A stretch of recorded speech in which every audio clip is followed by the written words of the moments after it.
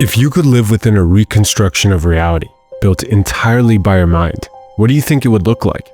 Would time still flow? Would logic exist? In 1955, a Belgian artist named Henry Macoux was dared to find out. Prompted by his publisher, he took mescaline, a drug that makes you feel like you've been dropped into a religion. For hours he sat in silence, wandering through mythic landscapes and, becoming a giant starfish. But when the trip finally wore off and he was asked to explain what he remembered, he couldn't. The experience was just too strange for language. So instead, he drew it. And what he created was this. One of the only paintings we have of a world that shouldn't exist. And yet, it did. Because mescaline and other psychedelics don't cause hallucinations. They create their own universes. And today, we're going to step inside them. Before we spend eternity as a pickle, let's talk about the real trip, reality. Right now, your brain is a world-building engine, using predictions to guess what's out there and correcting itself when it's wrong. This only works because your brain uses 5 parameters to make sense of things.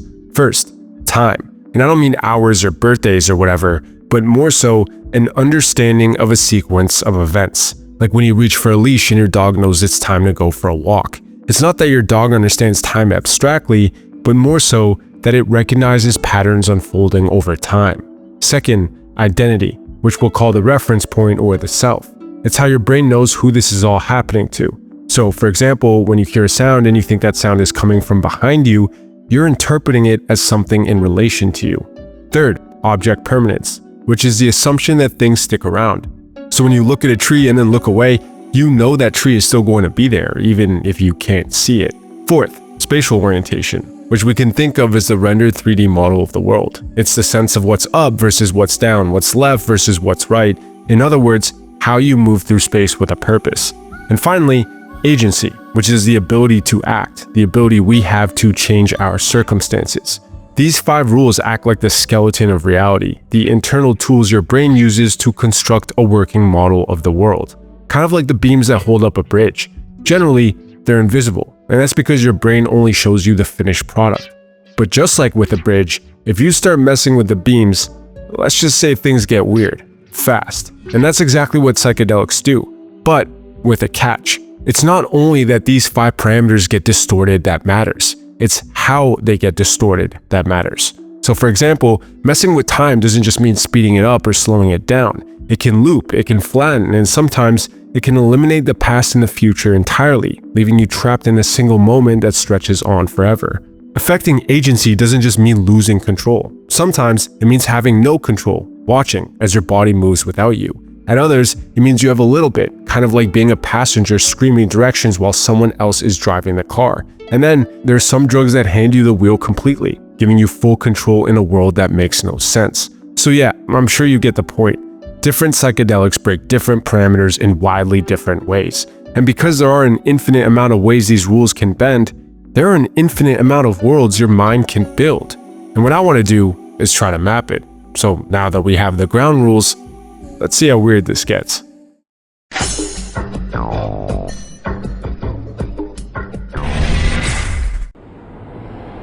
Who the deuce are you? On Salvia, you don't just see a pickle, you become the pickle, and then spend 20 years trapped in briny stillness, all while feeling every grain of salt forcefully seep through the pores on your rubbery green skin. You'll scream, but no one will hear you, because pickles don't have mouths. Oh, and all that? It happens in the span of only 15 minutes. So yeah, Salvia is pretty hectic, man. And that's because unlike most psychedelics, Salvia's active compound, salvinorin A, targets a completely different area in the brain, kappa opioid receptors, which are densest in areas like the claustrum, the conductor of consciousness, the hippocampus, which is linked to time and memory, and the cerebellum, which is used for movement.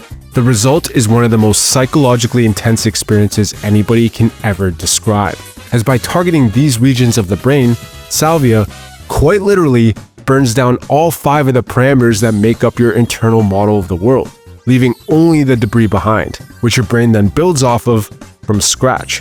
This is why world building on Salvia so often begins with turning into an inanimate object.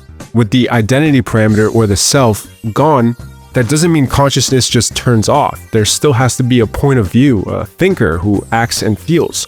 So instead, your brain pulls from whatever fragments it still has access to. Deep memories, random sensory impressions, stuff like that, which it then uses as the foundation. Sometimes that debris is a deep memory of a box, so you'll become a box. At other times, it's a toaster, so you'll become a toaster. But then, it just gets weirder, because our ability to process time as a continuous sequence is also gone. So you'll spend a decade as a goddamn toaster making bread for people, just to look around and realize the world isn't stable. Normally, the claustrum integrates information from your different senses to create a unified experience of reality. This is object permanence. But on Salvia, this part of the brain is directly targeted, leading to an inability to maintain the idea that things continue to exist even when you're not looking at them. So things vanish, or they'll morph, or they'll glitch out like you're in a bloody video game. And I wish I could say it stops here, I really do, but this isn't even the scariest part. Because spatial orientation, which remember is your brain's ability to build a 3D map of the world, relies on a network of brain systems working together. And guess what? Salvia knocks out all of them. So the cerebellum gets scrambled and your body no longer feels aligned with gravity. The claustrum is disrupted so your brain can't combine sensory input into anything coherent. And the parietal lobe, which depends on the other two to know where your limbs are, has nothing to work with.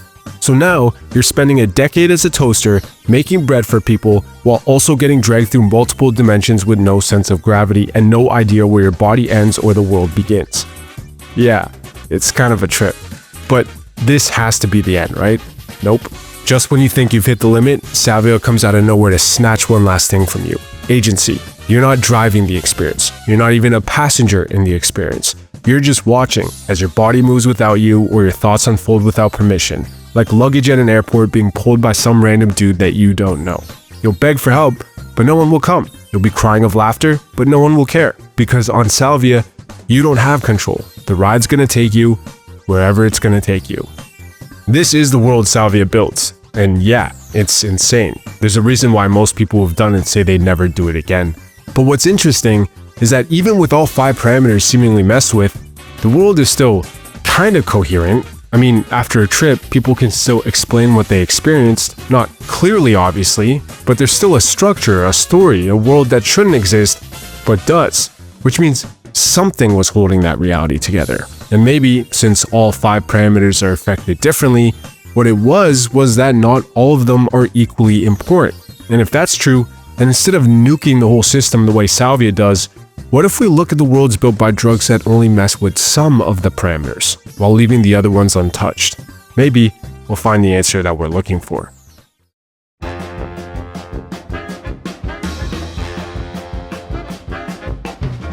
While 2CB doesn't obliterate reality the same way Salvia does, the world it builds is just as wild, but with a different flavor. And that's because 2CB makes it feel like you've been dropped into a cartoon. Surfaces pulse and breathe, colors go full neon mode, and everyday objects start to look rounded, like they're living and smiling with googly eyes at you. But here's the twist. Logic still works, it just gets more abstract, which is exactly what makes the world building on 2CB so fascinating to me. 2 of the parameters we use to function in reality, identity and agency, are not lost. So even though the world feels like it's been transformed into a cartoon, you remain you. And not only that, but you can think, move, and act with a purpose. Some feel increased creativity with a sense of flow. Others perceive themselves in a slightly fluid way but never experience ego death. I guess the best way to describe it is like acid if acid had a sense of humor, which I think is fitting, because out of nowhere, you'll be hit with this weird, exploratory, childlike curiosity, opening up a whole new fascination with anything and everything, like randomly becoming obsessed with a smiling doorknob for no reason. And that's because 2CB is synthetic, only partially activating the same serotonin receptors that classic psychedelics like psilocybin bind, meaning it still hits the same brain areas, like the prefrontal cortex and parts of the default mode network, but not strongly enough to shut them down completely. And that's because simultaneously, it's also targeting both dopamine and epinephrine receptors, amplifying the brain's exploration and motivation systems, which makes boring stuff feel deep, or funny, or magical, or terrifying. One thing you definitely can't say is that it makes anything feel boring, because 2CB sits in this strange middle ground between a stimulant and a hallucinogen, which is why time in this world feels elastic, like the rhythm of reality is constantly changing. It'll be slow, and then fast, and then slow, and then normal, and then fast, and then loop, and then random, and just very scrambled. Kind of like someone constantly changing the playback speed on a video, except you're the video. However, unlike Salvia, you know and feel that time is changing. So it's almost like watching someone constantly change the playback speed on a video while also being the video, if that makes sense. But then, because why not, the slight disruption in the prefrontal areas mixed with the boosted exploratory and motivation systems mess with how your brain understands the world around you.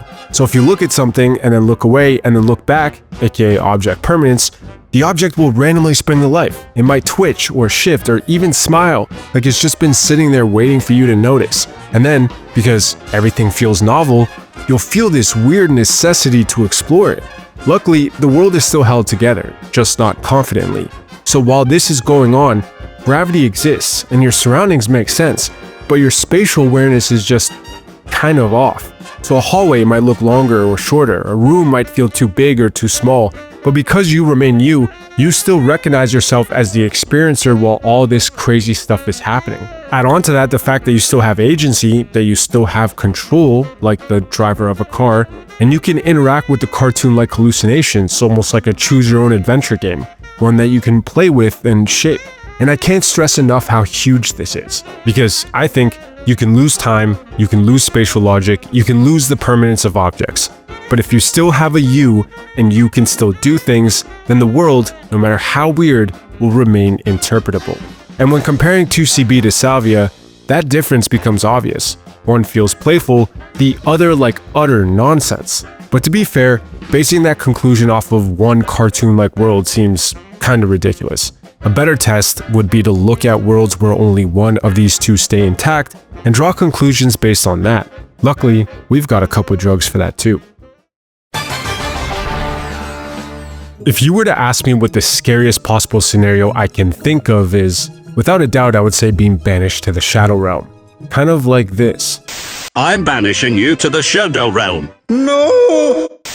Which is exactly what the beginning of a datura trip feels like, except a million times worse. Because once you get transported to this haunted nightmare of a realm, your sense of where you are in space, aka spatial awareness, is still completely intact, which makes the hallucinations feel very immersive and indistinguishable from reality, but without revealing that it's doing so, without your consent or awareness, making everything you experience feel 100% real. And to make things worse, identity is also preserved. So everything you think is happening, and it's happening to you. On datura, colors don't pop, everything is muted, kind of like being aged or grimy. The lighting is always dim and flickery, like a badly lit horror film, and shadows are always moving. I guess the best way to explain the vibe is like being trapped in an abandoned slaughterhouse. All you can do is pray that it ends. Neurochemically, datura blocks the action of acetylcholine, jamming its receptors without activating them. But these receptors aren't just in the brain, they're all over your peripheral nervous system too. So while it's targeting brain regions like the hippocampus and prefrontal cortex, it's also targeting the smooth muscles of your body, leading to this terrifying mix of mental and physical confusion. But that's not even the worst part, because the brain regions responsible for memory and logic are also targeted, leaving you in this state where your brain starts fabricating events and places and people that aren't real. So another, better way of describing it might be like this. It doesn't feel like you're hallucinating. It feels like you're trapped inside a false memory, and not just any false memory, but a bad one. Which is fitting, because in this realm, time feels like the reconstructive nature of memory. It's just pure confusion with zero awareness of what's currently happening. And that's not even the most disturbing part, because agency, your ability to control things, is also gone. So the whole time you're in this nightmare, it feels like you're being controlled by someone else. You can move and talk, and you'll light cigarettes and hold conversations, but none of it is real. So it's like your body is acting out pre-recorded behaviors from a broken database of memories. And that's considered a good trip, because on other drugs, there's an observer, there's a skeptic, a voice that says, alright, this is crazy, but I know this is just a drug. Yeah, datura doesn't have that. So you'll imagine something ridiculous or very scary, your reaction and belief system will be tied to it, and then you'll react because you think it's real. You'll yell for other people to see it, but they won't, because they can't. I know I've been using a lot of analogies, but I think another great way of explaining it is like this. In this world, it's as close as you can possibly get to experiencing what it's like to have a psychotic breakdown. And part of why I say that is because even though the 3D model of the world is correct, the permanence of objects around you isn't. So you'll be running from something down your childhood street and then stumble upon a haunted hospital. But you'll think it was always there. Or you might see doors that lead nowhere or books with nonsense text in them and just accept it as true. So yeah, there's a reason why I call it the terror attack on your mind. There's really no better way of putting it. But as terrible as an experience as it is, it's useful because by targeting one of the two most important parameters, agency, while leaving the other one, identity, intact, it reveals a lot. Personally, I always thought having a reference point to be able to interpret things through was the most fundamental requirement in order to function in reality. But datura shows that this may not be true, because having a self means you know who this is happening to, but that's not the same as knowing what's happening, or whether it's even real. So maybe it's not who you are that lets you function in the world, but how you move through it. However, there's really only one way to tell for sure.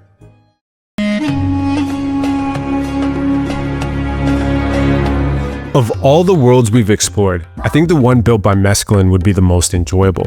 And that's because it's like jumping into a story, a mythic one, where you are the main character in some sort of religion. You don't trip through it all confused like some lost tourist.